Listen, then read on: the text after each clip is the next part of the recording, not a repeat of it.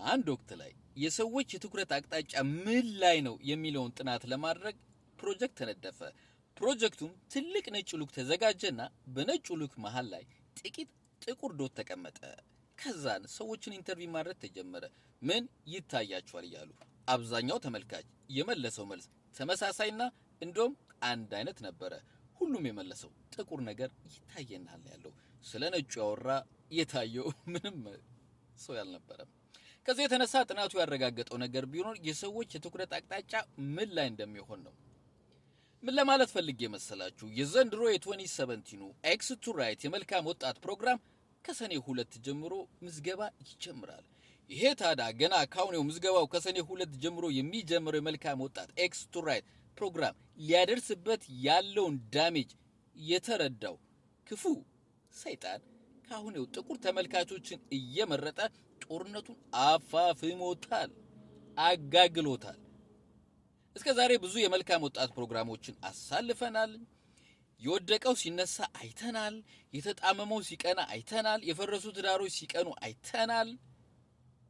እናቶች እንባቸው ሲታበስ አይተናል። ኢትዮጵያ ላይ እንዲያነ ጉድ አለ ወይ ብለን ተገርመናል፣ ተደንቀናል። ከሚያለቅሱ ጋር አልቅሰናል፣ ከሚስቁ ጋር ስቀና፣ ደስ ካላቸው ጋር ደስ ብሎናል። ይህ የመልካም ወጣት ፕሮግራም የሃይማኖት ጉዳይ አይደለም፣ የትውልድ ጉዳይ ነው። ትውልድ ከጨለማው ከድቅድቁ ሲያመልጥ አይተናል። ይህ ከሃይማኖት ጋር አያያዝም።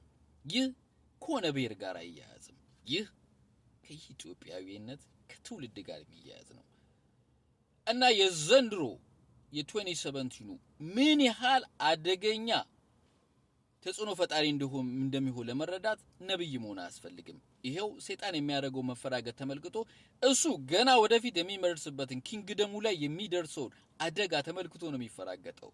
ከዚህ የተነሳ ምን ሊሆን እንደሚችል ለመግተንበይ ነብይ መሆን አያስፈልግም። የእግዚአብሔር ክብር በኃይል የሚገለጥበት ትውልድ ከድቅድቁ ከጨለማው የሚያመልጥበት አስገራሚ ፕሮግራም እንደሚሆን አንጠራጠርም። ስለዚህ ማንኛችሁም ወጣቶች የ2017 ኤክስ ቱ ራይት ከፊታችን ሰኔ 2 ጀምሮ የሚጀምረው ምዝገባ ተመዝገቡ። አቅም ያላችሁ ደግሞ ስፖንሰር አድርጉ። ትውልድ ያመልጣል፣ የጠላት ኪንግደም ይፈርሳል፣ እግዚአብሔር ክብር ያደርጋል። ዮናታን አክሊሉ አንተም እንደምትለው ከመቀጣጠሉ ውጪ አማራጭ ስለሌለ ዳይ ወደ 2017 ኤክስ ቱ ራይት የመልካም ወጣት ፕሮግራም። እግዚአብሔር ካንተ ጋር ይሁን። መልካም